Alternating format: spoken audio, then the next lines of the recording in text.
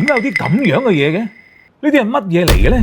嗱，你有冇留意到你屋企嘅細路居然而家就盤串，即係玩手串啊！我插條俾你睇啦，即係好似呢啲嘅話咧，啲星月菩提啊，串成豬腸咁樣嘅啲手串咧，而家就好受嗰啲學生哥歡迎嘅。當然款式有好多種啊，甚至有夜光都有嘅。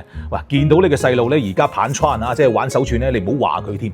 我同你講，手串嘅歷史好悠久嘅，從最早嘅計數用嘅、宗教儀式用嘅、區分呢個身份嘅信物用嘅等等之類係嘛，從古到今好流行嘅。有研究表明就話咧，重複性嘅一種觸覺嘅刺激就好似盤串咁樣啊，係能夠通過呢個神經嘅反饋機制咧，去降低呢個咧皮質醇，即係壓力激素，從而緩解呢個緊張嘅情緒。呢種效應咧就同啲 BB 算手指然之後獲得安全感係類似嘅，係一種原始嘅自我安撫嘅方式。當然有一樣嘢喺手心裏邊盤緊嘅時候嘅話咧，人嘅神經咧可以得到一定嘅放鬆嘅。呢啲叫咩咧？呢叫有揸拿啊嘛。